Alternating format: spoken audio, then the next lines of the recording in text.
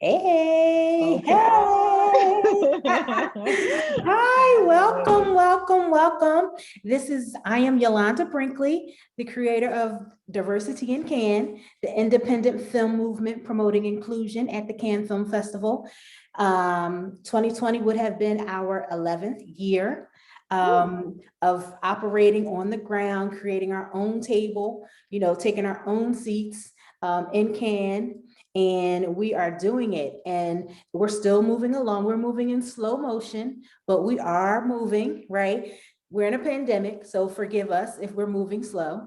And we are presenting the 2020 Diversity in Cannes Short Film Showcase virtually in celebration of Black History Month.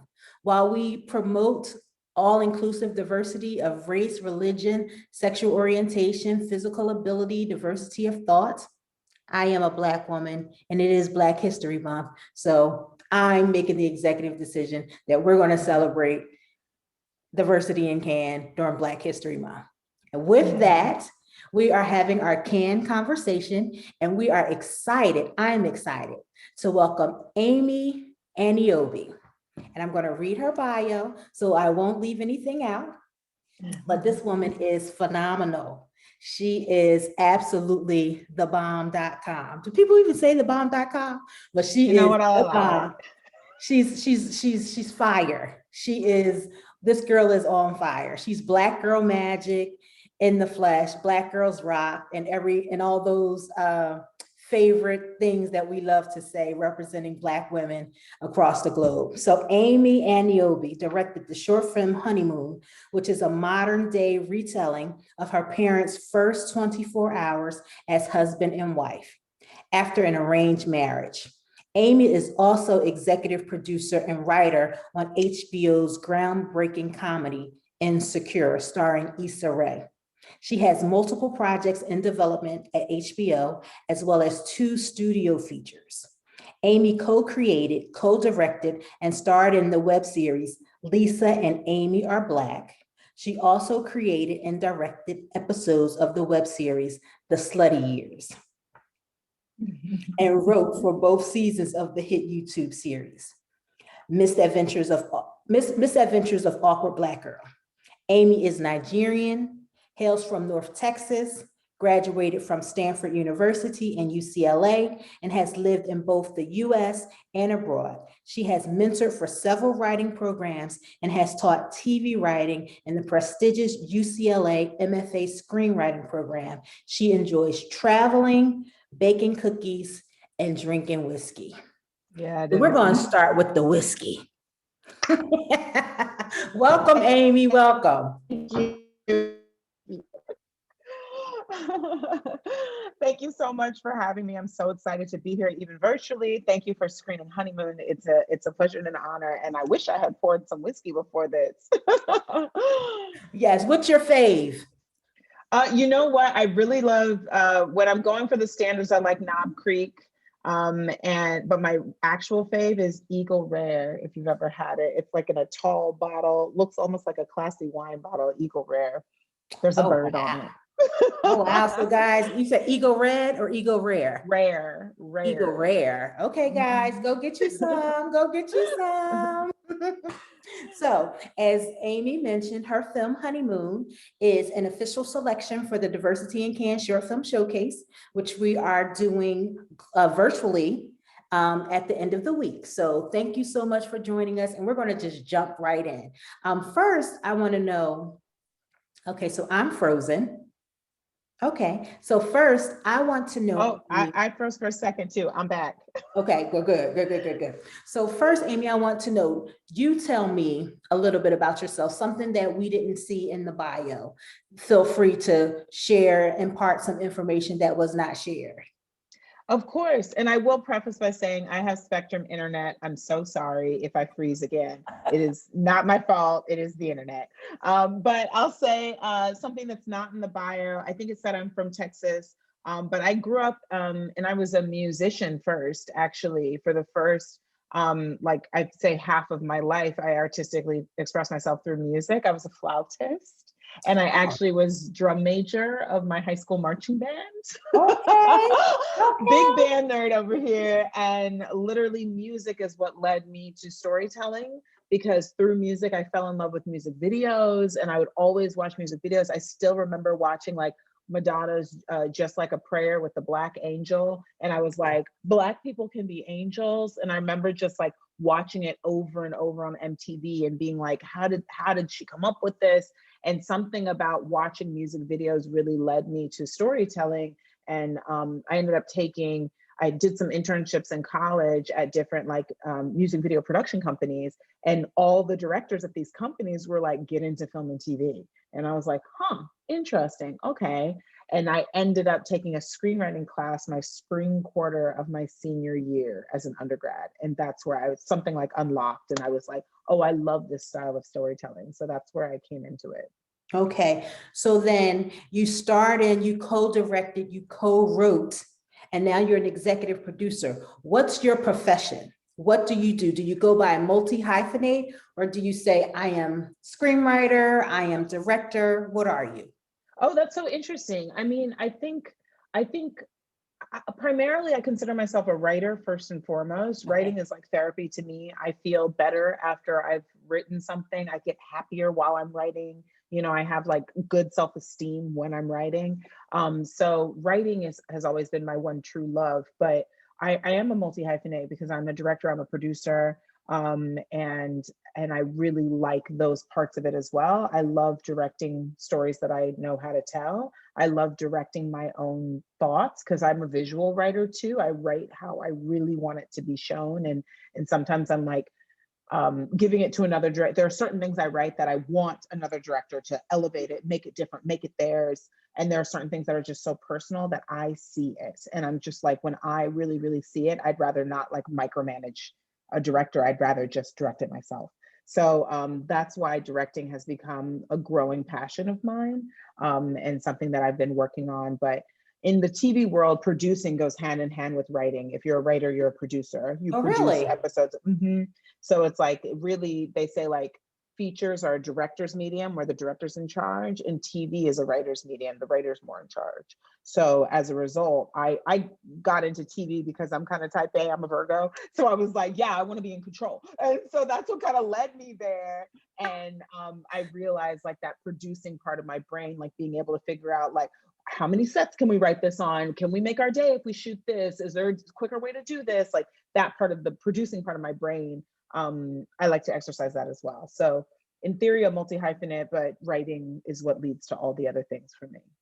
Okay, that's awesome. I never heard that before, that in the TV world, Oh writing goes hand yeah. in hand with producing. But again, Oh yeah. I'm come from corporate America. Though I've been doing this for 2 years, I'm Mhm. an MBA, corporate America, automotive industry girl, right? So Wow. PR, events, communication, That's so all amazing. the, corporate affairs. So it's not uncommon that I may not know, as I just may not have known that, but that's my very first time hearing that. But you said something that, you kind of an A personality, and you sometimes have a vision and you want your vision to be shown. Is that why you decided to direct Honeymoon? 100% that. It was sort of twofold. My cinematographer, her name's Kalila Robinson, and she and I were roommates for almost like 7 years. When Oh, I wow. first moved to LA, we like lived together in like different apartments for like 7 years, and we always wanted to create something together. And I love her eye, and she went to AFI the year after I graduated from UCLA. So we both kind of had this like educative knowledge that we really Yeah. wanted to practice, Yeah. but when do we get to put it into practice? And so we always wanted to work on something together. And I, it's so funny because she could scuba dive. Like she's a Black woman who grew up on the island of Bermuda, and she can scuba dive, and like she's really outdoorsy. And everything I write, I always write a scene with Black people in water, because I'm just always like, they say we can't swim, and I can't. I'm a stereotype. I can't swim, and I'm like, I always want to write a Black person in water. And when I write that, I'm always like, Kalila has to shoot this. Like that's where Yeah. my mind always goes. It's like, my girl Kalila has to shoot this. And so it really came from that. It was this vision of like wanting to work with my bestie and make something together. And then also like wanting to do something contained that was about character. Yeah. Because I'm a character first writer. Like anytime I come up with an idea for a story, I can't really like act on it until I figure out who are the people that this is about. Real lives at telling this story. So I came through it first wanting to shoot something with my friend. And then secondly, it was all those, every single time I go home for the holidays, I ask my parents, tell me how you guys met. I always ask them because the story is so insane in today's age. You know, it Yeah. sounds insane. Like they knew each other for 1 week and then got married. And I Right. was like, how could that happen today? How would that even happen? So I started kind of dreaming how it could. Okay, well, it was beautifully shot for sure. Thank Absolutely you. beautiful. So, you know, kudos to you and your bestie for making the magic happen on screen. Absolutely gorgeous. Absolutely Thank gorgeous. you. And as a single woman, I'm ready to have an arranged marriage. Just Okay. I'm like, hook me up. 90-day is fiance. it time? Love In a it. pandemic, we can meet over Zoom. Married at first sight. Yes. Happy to be. I'm just kidding. I'm just kidding. But you know, the thought has crossed my mind. The thought has crossed my mind. But so let's circle back because I read somewhere, and I think it's something that you sent me via email or something. So the question is, have you been to Cannes? And if so, why? So I've been to Cannes, the city, but not to the festival. Okay. I lived in Paris for almost 2 years after I graduated from college. I just moved abroad and was like, I want to live abroad. And so I was living in Paris. Mhm. And but I got there in like, when I first arrived, it was like June. And then by the time Cannes came back around the next year, I was too poverty stricken to go anywhere. So I was just like stuck in the city. But when I first arrived, I went there like literally 2 weeks after I lived in the Loire Valley for like 6 months. And when I Okay. was living in the Loire, I just took a train with some friends and we went down to the south of France and went to Cannes. And I like walked on the croisette.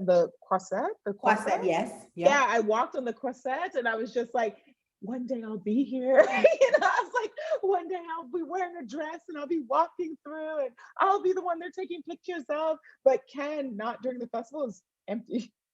It It was really so is. empty. It I really was is. always So wanting to go back. it's funny that you went, you know, as after graduating. Well, I studied in Cannes twice as Wow. an undergraduate at Clark Hmm. Atlanta University. First time was my senior year. I studied Hmm. abroad from September to um, December. Hmm. And then I went back the following year as a scholarship recipient for the college. So there's a college, it's called Wow. the College International of Cannes, and it's where foreigners come to learn the French language. And it's Can intensive I in the still go? morning. You Let me said, know. I can I still go? yeah, I you would like can. to go to that school. Yeah, you can still go. It's in Cannes. It's great. It's intensive in the morning, and then as a college student, I had to take electives in the afternoon, Yeah. political science, culture, all those kinds of things. And then I had to take the language learning exams. They were called the DELF at the time. But I Hmm. studied there twice. The first year, I never went past a certain part of the city. The Oh. second year I went, there was this young woman named Danielle, and her parents came to visit.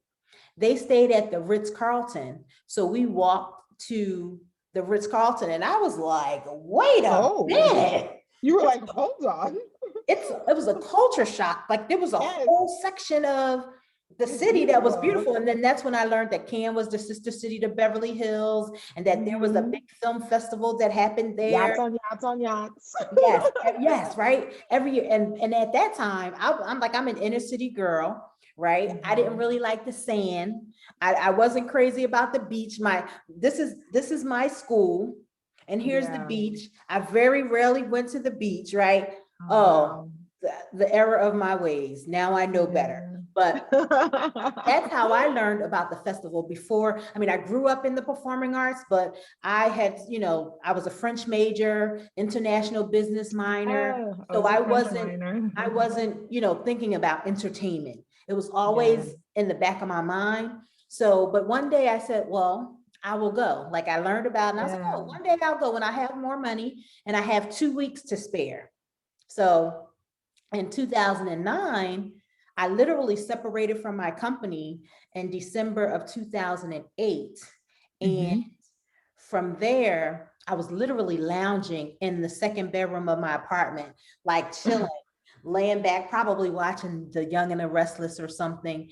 And I Uh-huh. sat up and I was like, oh, I can go to Cannes. And that's where it all started. That was in 2009. Yes. And 2010 is when Diversity in Cannes, we had our first event the following year. That's So incredible. anyway, so it's funny how, we were there as youngins with no money. Exactly. Yeah, Yeah, I was there in 06, 07, yeah, around then. yeah. So, And wow. so, Yeah. and so now that I've told you my life story, we're going to circle back to film and the film industry. And so speaking of Cannes, and one day you're going to walk the carpet and you're going to be there in a beautiful dress. What do you think about filmmakers and their global presence?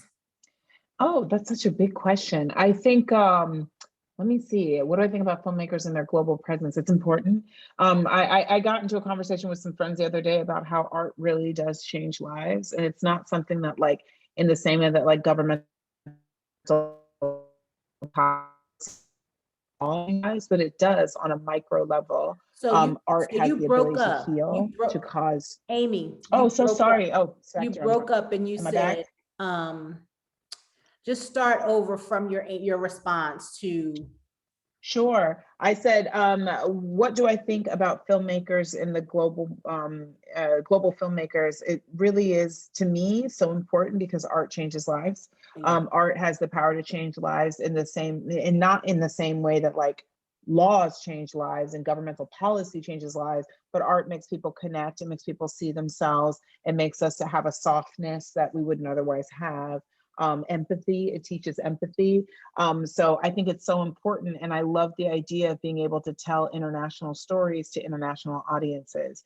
Some of the films that have affected me the most in my life and that my joy for cinema come from French films and international films. Like we all love Parasite. We all love Le Quatre Cents Coups. Like there's or The 400 Blows. Like there's so many films that are not native to where we're from that we still find identity in. And through that, we learn about other cultures. So it just feels, yeah, it's just so important to me, whether or not it's my film or someone else's film. I just think it's important that we have these spaces to connect and share our culture and share empathy through art. And so with that, what made you apply to the Diversity in Cannes short film showcase?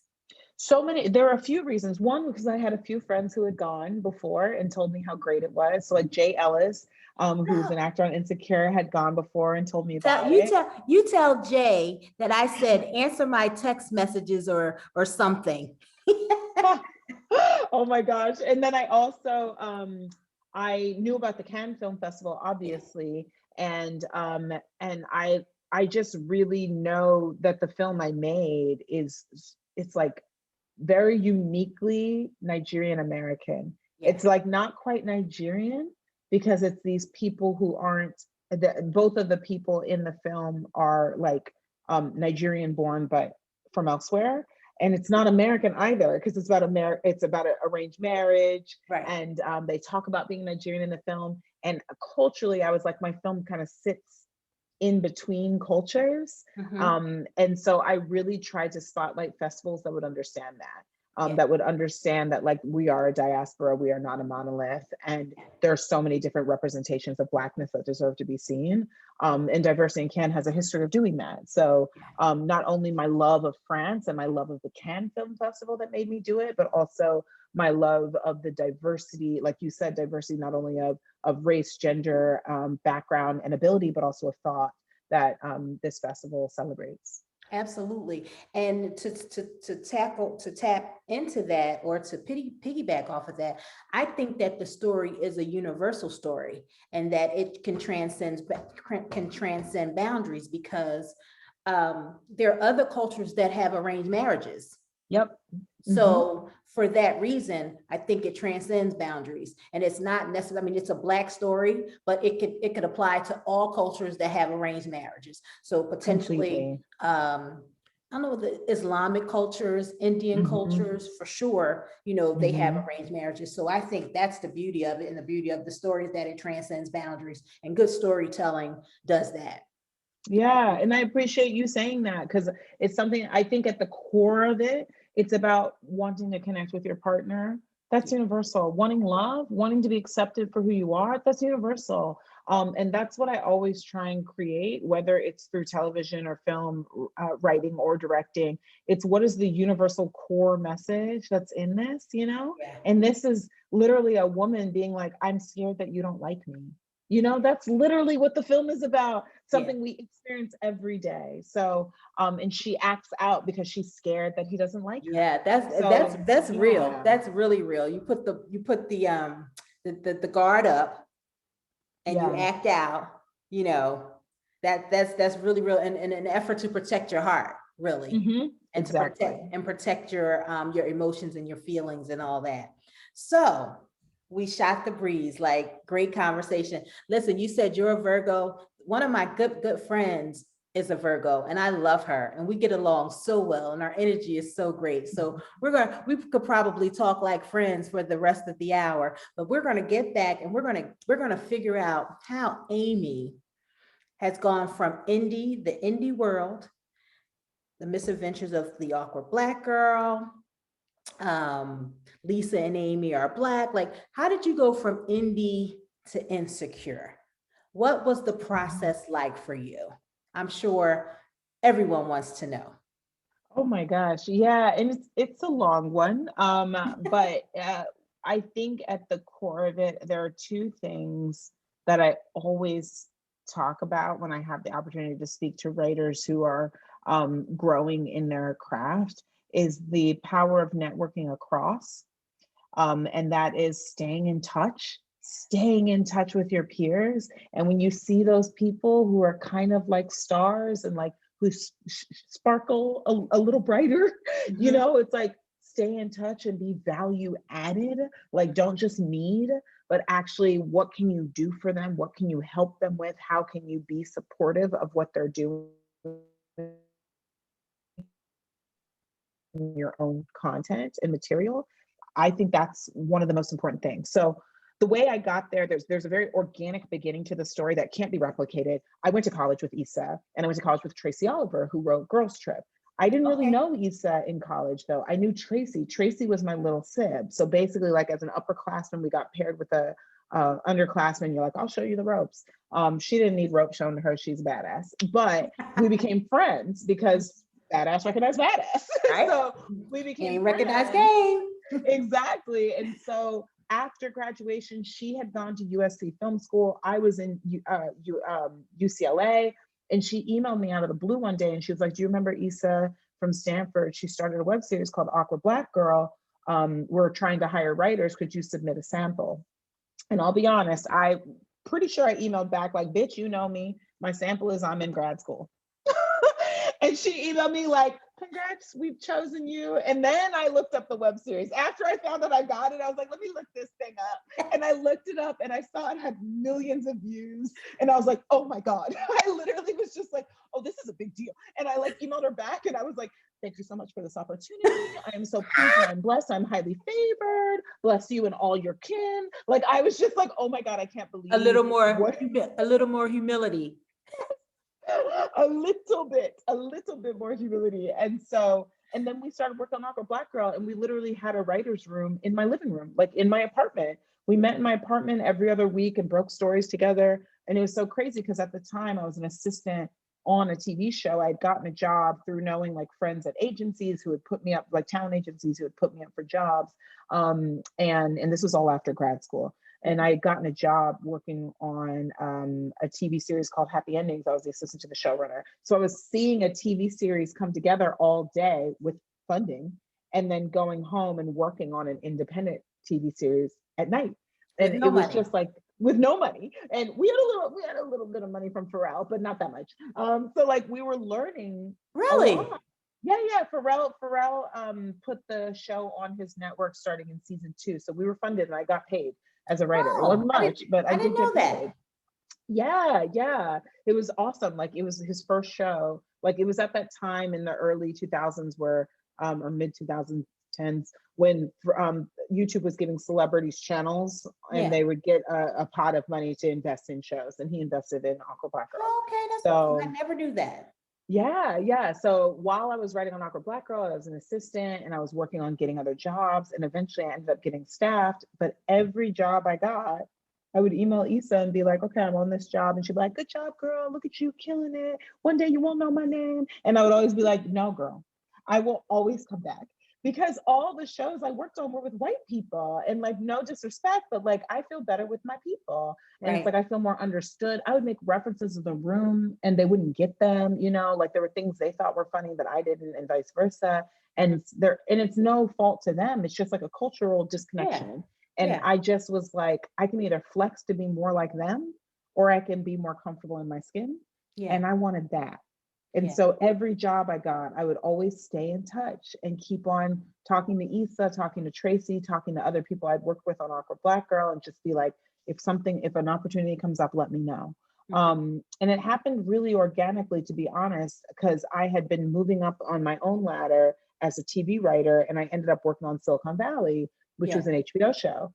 And Mhm. around the time that Silicon Valley ended, I went on another HBO show that never saw the light of day, but was a great show called Brothers in Atlanta. And while I was on that show, Insecure got picked up by HBO. And I Yeah. was just kind of like, okay, well, I'm already here. Mm. I've worked with her before. So, Right. Did you you just know, call? Did you call her? of course I did. I emailed her, I sent an email, and I was like, when it showed, like, you know, it's getting picked up, it's going to series. And she had hired a director who she and I had geeked out over in the past, Melina Matsoukas, to direct her pilot. She had hired Prentice Penny, who was a producer Yeah. on Happy Endings, my first assistant job, as Mhm. her showrunner. And she had hired Yvonne Orji, who I knew from being Nigerian and funny, Yeah. as to play her best friend. So I was like, I know everybody working on the show. I was like, if this doesn't work, I don't know what, you know, I was just like, what, if it's not for me, then God don't want me to do this kind of thing. Right. Exactly. Um, yeah, but I did send her an email and I was like, hey, look, I know you have a lot of mouths to feed, but I would be remiss not to reach out and just let you know, like, I love working with you and I would love to do it again. If you have a spot for me. If not, no hard feelings. And she emailed me back and was like, okay, girl, thanks so much. I'll find you. And I emailed again and I said, let me be clear. I'm standing in an open field and I'm not wearing camouflage. You have found me. Let me know if we could. I was like, I don't want there to be any mistake that I am here. And thank God it worked out, you know? It's like, it's one of those things where I think, you know, I didn't want to, at that stage when it's an HBO show, it's like, you can't be like, give me a job because you know me. HBO Okay. has to approve you. You have to have performed well on their other shows. Like there were Okay. but I had a track record at that point because I'd been on 2 HBO shows already. Yeah. And so it just kind of happily happened at the same time, but it never would have happened if I hadn't stayed in touch. Okay. Well, that's awesome because I automatically assumed, after reading your bio, that you guys kind of just moved together, right? Not necessarily that you Mm-hmm. were on your own path, Yeah. right? Uh-huh. I assumed that you guys kind of moved together, like maybe you were friends, like BFFs or something like that, and you guys just Yeah. moved together, right? So Yeah. that's very good to know that, it's not necessarily, well, probably not for us. For others, there's probably like a nepotism type of thing that goes I on think so. where if you're with me and you've been with me, I can bring you right along. But I think for, so. the rules change a little. Yeah, we kind of have to prove ourselves. We have Yeah. to really prove ourselves. And it's hard as a Black creator to be like, trust me that my friend is good. Because Yeah. they're like, I've never heard of them. Like, who are they? Do they have Yeah. a sample? Like there are all these checks and balances. So I know, or at least I believe, had I not been grinding on my own path, like she wouldn't have been able to advocate. Like it would have made her look weird to Yeah. advocate for someone who isn't already making the Doing moves, something. so I'm happy that it happened that way. But that's also my Virgo nature. I was just kind of like, I don't want there to be any circumstance where someone can say no to me. I don't ever want to be disqualified because I don't have enough credentials, you know? So I was like, I'm gonna go to grad school. I'm gonna, you know, I was like, Yeah, I'll be an yeah. assistant, I'll work on this show. Like I was just hustling the whole time. So I have two questions. Well, I have a piggyback and then I have a question, and I think I'll go with the question. What was your first, you were an assistant to a showrunner, Mhm. right? And then what was your first writing? Was it the happy ending? Actually, no. So I was an assistant on season 3 of Happy Endings, and then I ended up getting staffed on the first and only season of the Michael J. Fox show, Okay. which was a 22 episode order to NBC, and it shot in New York. So I moved to New York for a year. I got to write and produce 2 episodes as a staff writer, which is not very common, but because it was such a long order, I had a very supportive boss who was very, very like open and warm and kind and a mentor figure. And he was really good at letting us have our opportunities to grow, which is another reason why I wanted that job so bad, because I had heard that about him. So I credit him a lot too, as letting me have that foundation that made me someone that HBO would look at to hire, because I had experience so much even on an NBC show. Okay. Yeah. So then tell me about the movement from, or the timing from, say, Awkward Black Girl, Lisa and Amy Are Black, Yeah. and then Slutty. Slutty Years. Yeah, right. So what's the timeline for that? And then to the time, say, when you picked up representation, and For then from sure. the time you started on your own path. Like, so tell me, what does that look like for you? For Yeah. someone who's, new and trying to go from indie to insecure, what's that timing like? Completely. So basically, I was working on, I actually made a web series that was really dinky, like just me talking to a camera to practice like editing and writing and putting out content. This was before like TikTok. It basically was a TikTok before there was TikTok. Not to say like I created TikTok, but literally it was just like, let me find out they owe you a check. It was TikTok before it was TikTok, but it was just so dumb that it like, I see TikTok now and I was like, oh, that's that shit I was doing that wasn't getting any views. But basically it was me pretending to be different characters, talking to myself, like pretending to be my mom, having conversations with my mom, that kind of thing. Okay. And I made that after grad school. I was unemployed. I was just like, I'd won some screenwriting competitions and I was just like living off contest winnings and writing scripts and creating my portfolio of work. And then I made this little 22 episode web series just to practice. And in that time, I started writing for Awkward Black Girl. So I was like, I think I had done that already and started Awkward Black Girl. Maybe they were at the same time that I was doing both. And then I ended up becoming an assistant on Happy Endings. And then Awkward Black Girl ended somewhere during that time, I think. And then I while I was an assistant at Happy Endings, that was when I did the Slutty Years. And literally I would go like, I would at work, I would edit my scripts at work. People would walk by and see me writing my scripts. They're like, what are you doing? And I'm like, you know, like all these like older rich writers were just like, what are you're shooting a what? Why? And I was like, because I saw what happened with Awkward Black Girl. I'm not gonna be left behind. The web is the future. So I was like making these web series, and the Slutty Years, we shot it like on the weekends in between my job. And I would like get, crafty, like the snacks on set. I would get them from the Happy Endings kitchen, like on Friday night. Our PA was so kind, and he'd be like, hey, Amy, I bought too much Coca-Cola. It's crazy. Do you want to just take one of these home and, do what you want with it? And I'd be like, for my crew? Yes, thank you. So it was like a family affair, kind of like people were really supportive. And I did a GoFundMe or a Kickstarter to get money to shoot the whole season.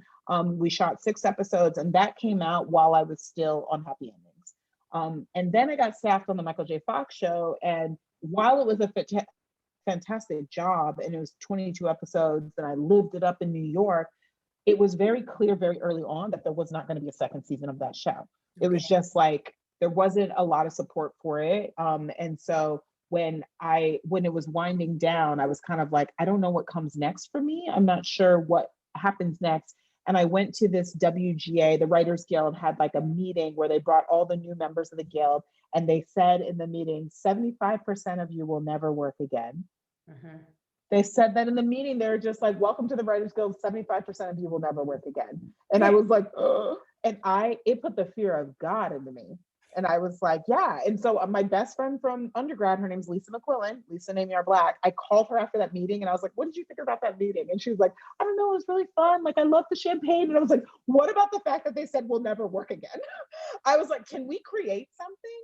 And I was like, I started indie. And so much of this career, so much of working in Hollywood is waiting for permission for someone to let you create your art, waiting for someone to say, yes, you can create your art. And that part of it, I don't like. And I was like, I always want to be in control of my yes. If I'm a creator, I want to create. So I was like, do you want to make this web series? Let's work on it together. And we brainstormed and came up with an idea. And so many of our friends were like, you've been staffed before. Why are you making a web series? And I was like, because I want to be staffed again. Yeah, because right? I want to make sure. And Yeah. that web series had got me so many meetings and so many jobs. Like I got hired on Brothers in Atlanta, the show that I worked on after Silicon Valley, because they had seen the web series. You know, it just opened up so many doors. So I really resolved myself. I'll always keep a part of my brain that stays indie and is able to create my own shit so that I never have to rely on the industry to give me permission to do the thing I was put here to do. Okay, so basically you did a Kickstarter, right? Mm-hmm. But was your day job kind of funding your side hustle, your indie work? No, it wasn't. Because you had My an, day job was like, I don't know, like $12 an hour. Like, it was not, and LA is expensive. So yeah, what ended up happening was I had two day jobs. I was working as an assistant on Happy Endings. And then I was also doing freelance consulting for NBC, like basically working with the research department to write reports on how their pilots were doing and things like that. It's just a weird like side hustle industry. And that was what was funding my creative hustles. Like my assistant job did not pay well at all. I had no money. I was the kid who would like go to the bar with my friends and I'm like, I drank before, and I would go to dinner and I wouldn't eat anything and I'd just be there. I'm like, I had beans in the car. Like I literally had no money, and I don't come from money, and my family's Nigerian. So they're like, we're not gonna give you money for art for right, what? Like they right. don't care. It's like they loved me. They were like, you're on your own. And I was like, okay, understood. So it's like I had no support. So I was poor, but literally all these side hustle gigs that I would do, I would just shore away the money. And then I would enter screenwriting competitions that had cash prizes. And then I won a few of them. So I ended up getting some money that way. And then the Kickstarter was the rest. Okay. What are some of the competitions you've won? Um, the Blue Cat Screenwriting Festival. Also, sorry, this is like almost 10 years ago. I'm Okay. trying to Okay. I'm like, Well, that's okay. There were a few through my university, like through UCLA. Okay. So then tell me this. How did you go about getting your assistant to the showrunner position? Like those are the, like, I mean, like there's a diverse group of filmmakers that submit to Diversity in Can. Our audience is very, like, we have you, executive producers, we have students, we have, people who've been in Film Independent and Sundance and, so there's a myriad of people here. And so, but I'm sure someone will benefit from knowing how you actually, got your assistant job, and then how you got all of your jobs in between, and like your representation and all that. Yeah, for sure. So the assistant job was the short of it is I had friends at agencies who put me up for those jobs. Okay. I would say the long of it is that while I was in grad school, I did internships at production companies and on TV shows. Okay. So I knew what the assistant roles were. Like I interned on the new 90210 that used to be on CW. And so I learned what a showrunner's assistant did because I met the showrunner's assistant on a show. We became friends. So I knew how to tailor my resume for the job that I wanted, which is mostly answering phones, having no ego, being able to take notes, always being available, that sort of stuff, like assistant stuff. And so I knew how to tailor my resume to say that I had done that. And I also had friends of friends who were writers who let me assist them on independent projects, like a famous writer like Wendy Calhoun, who is a huge writer in Hollywood. She was one of my first bosses, and she was writing like an independent pilot, and I was her writer's assistant. And in the evenings after she'd come home from work, she and two other writers would meet, and I would take notes. And so I learned how to do the job from her, and she would read my notes and tell me how to become better. I worked on my typing speed to get faster. So I really was like practicing. And then while I was in school, I applied for like these fellowships. There are these writing fellowships that the studios offer, like the Disney program, the WB program. And I was applying for these fellowships, and I got rejected from them 2 years in a row. But the second year, I was rejected, but I got all the way to the finish line. Like I was named an alternate, which means like if somebody dies, I'm in. And I was like, okay, so I'm gonna pray If for Miss someone to America die. makes if Miss America makes a sex tape, Exactly, it's you. And I was like, yeah, and I'm like, sex tape, make it. And so I was just kind of like, this sucks. But I met with my friends who were assistants at United Talent Agency, and they asked me one of the smartest questions I ever heard. They were just sort of like, what do you think you were missing? And I was like, it wasn't, why didn't you get in? Which is what I had been asking myself. Like, why didn't I get in? I got so far, why? But they were like, it was an active question. What were you missing? Mm-hmm. And I realized I had to think about that. And I looked at everybody who had gotten in. I looked up their bios. I looked at their background, the people they had picked over me. And I was like, oh, they were all assistants. They had all been assistants before.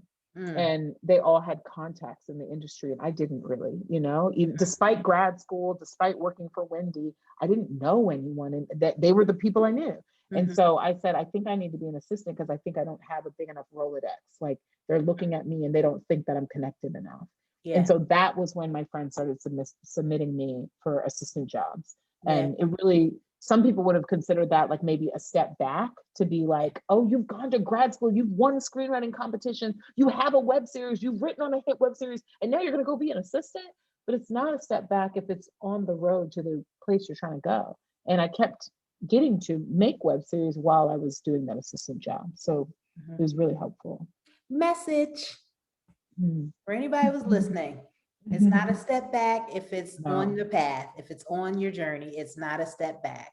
Yeah. So take the ego out of it and be sure to just be open to the possibilities and ask yourself active questions. So that's awesome. So as we wrap up, we have about 9 minutes remaining. As we wrap up, is there anything that you think that's imperative for content creators emerging, looking to take their next steps? Like what advice do you have? What would you recommend for someone kind of just starting out, or even someone who has a little experience that, and is indie better than studio, and all those kinds of questions? Like, I think if I had any advice, I would say do it before you're ready and do it again. And that means, like, I think we talk ourselves out of doing things because we think we don't know enough. Like even directing, it's like, oh, this is so hard. I don't know if I know how to do it. And it's like, just do it. You won't know if you can do it until you do it. So do it before you feel ready. And it's going to be scary and weird and hard, and you're going to make mistakes. You're going to get to editing day and be like, there's so much missing, and I messed up this shot and I didn't do this right. So then do it again, because every time you do it, you're going to get better. So that's something that I have to remind myself of. If it scares me, I'm probably moving in the right direction, so just keep on moving that way. And then in terms of staying indie or going studio, I mean, there's more money in one of them. So, but it's harder to get things made on the side that has money. So it's like, to me, I mean, I don't know. I'm kind of a overachiever maybe. So I'm like, do both. Like, that's what I've done. I'm just like, do both. Because with the indie stuff, I get to do exactly what I want to do. And with the studio stuff, I get to make a living. So it's just kind of like, do both. And then it's almost like that rule, like one for them, one for you kind of thing, like Yeah. where I feel like I have to be almost consecutively I always have a project that is like my passion project, as well as I have like my thing that I really love, but is also funding my life. Okay. Absolutely. Absolutely. And so with that, we are, as we wrap up, we still have 7 minutes, but we are speaking with Amy Aniobi, who is the executive producer of HBO's Insecure. She's here with us. She is an official selection of the 2020 Diversity in Can Short Film Showcase. And yes, I said 2020. Don't judge me. Don't judge me. Know, I know we missed a year. We gotta. We're in the midst of a pandemic. We're catching up. We're playing catching up. We're moving slow, but we are moving forward. But there's one other thing that you said that actually I heard Matthew Knowles say, Beyonce's daddy. I heard him say it like some years ago, and he said, network where you are, network with your peers. Yeah. And your words were network across, I forgot what words you said, but network across the aisle, because your peers are going to be the next ones in charge, the next in charge. I think that is such valuable information when I, just in general, and even for Diversity in Can and attempting to find panelists, you know, I'm at the point where I'm going to reach out and I'm going to do the outreach, but I'm not going to chase. Yeah. I'm not going to run after. And then because I watch all the films, I read the bios, right? And I said, there's so much talent in the pool of filmmakers, in the global pool of filmmakers that support Diversity in Can, that I'm going to reach out to them as well. And see if they would be interested in participating in these panels, because the information that you have is just as valuable as the information that someone else has, right? Yeah. So I really wholeheartedly believe in networking where you are. You know, of course you want to aspire to meet and network with other people, but your peers are more likely to have something in common with your peers, to be able to offer something to your peers. Exactly. Right. So I just wanted to piggyback off of that and just let you know that I appreciate that piece of advice, and I'm sure someone else will find it helpful. So where can we find you? What's next for you? Yeah, so we're currently shooting the final season of Insecure, season 5. So we're in production right now. So you can find me on set.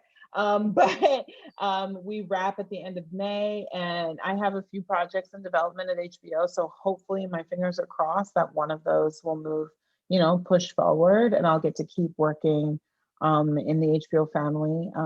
I've really loved working there. So that's my hope.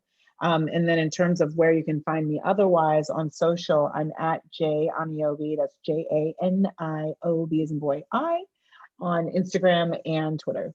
And TikTok. And TikTok. You want to do one of your impressions, one of your conversations that you were doing pre-TikTok? I ain't gonna put you through that. You can find it online. It's on YouTube somewhere. Okay, so listen, before we go, I'm just gonna ask you a couple of quick questions. What's your favorite film? Of all time? Of all time. Reservoir Dogs. It's a testament to what happens when you have artistic constraints and you can still make great art. Reservoir Dogs, for sure. Okay. What's your top 5 classic Black films? Ooh, Moonlight, Love and Basketball. Let me think. Not She's Gotta Have It. She's Gotta Have It would be number 5, but number 3 would be what's the other one that he did? The one, I'm forgetting the name of it. Why am I blanking? But the one that's set in Brooklyn and it's just all over the place and there's a riot in the middle. Oh, Do the Right Thing. Do the Right Thing. Thank you. Okay, so Moonlight, Love and Basketball, Do the Right Thing, She's Gotta Have It, and number 5 would be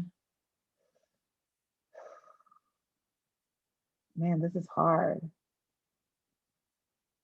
Love Jones. Love Jones. Okay. Love Okay. Jones. Yeah. Awesome. Awesome. Awesome. Yeah. Why She's Gotta Have It? What do you like about She's Gotta Have It? You know what's so funny? I just rewatched it like a couple months ago, and I I loved, there's so much about it that's like not progressive at all and so like horrible to women. There's like a rape scene in it. I forgot all about it until I rewatched it like 2 months ago, and I was like, what the, it's not, there's a lot about it that's problematic. But what I like is the depiction of Black skin. It's like, even though it's in black and white, there's so much depth and shadow to how they show Nola's body. And I had never seen a black nipple on TV until I saw She's Gotta Have It. And I was like, oh, that looks like mine. You know, Right, it right, was like, right. honestly, it's representation. Like Yeah. that's why I liked it. It's a problematic film. Like it wouldn't be made today, but there's something about a confident Black Well, woman showing her body. well, all elements wouldn't be made today. They'd have to take some things out. I was listening or watching something the other day, and they were saying how, how certain things would not happen this year, like when they look back on certain films. Yeah. I can't remember what I was watching, but the thing I appreciate about Nola Darling, which I didn't appreciate back then, was that she was in tune to her sexuality, and she was in Yeah. charge, and she was Yeah. absolutely in charge. So that's what I liked about it, but I didn't appreciate it back then because I was a little younger, Same. a little less. I didn't get it. Yeah, Yeah. Yeah. I exactly. was like, I was Exactly. a little prude, and I was like, I don't understand. And now I'm like, who cares? She's her. Yes, That's what makes it beautiful. exactly. So can you tell us, like in anything particular that you have going on next that's not I under wish I disclosure? wish I could. It's not that it's under, I mean, most of the things I have in development are announced, but I don't know which is breaking through. But at Okay. HBO, I still have The Dolls, which is a project with starring Issa and Laura Dern, a limited series about a Cabbage Patch sale gone wrong in the 80s. And then I also have Attachment, which is a show about a mother-daughter show about a first gen girl who's Indian and the complicated relationship she has with her mother who's getting divorced. And I also have a show that I just pitched and sold to HBO Max called Enjoy Your Meal. That's about, well, I won't say what that one's about because it hasn't been announced yet, but I'm excited for the announcement to come out. Well, awesome. Well, you are awesome. I thank you for your time. I look forward to screening Honeymoon this weekend during the 2020 Diversity in Cannes Short Film Showcase. And Thank thank you you. so much. Oh Keep my gosh, doing this what is you're a doing, treat. sis.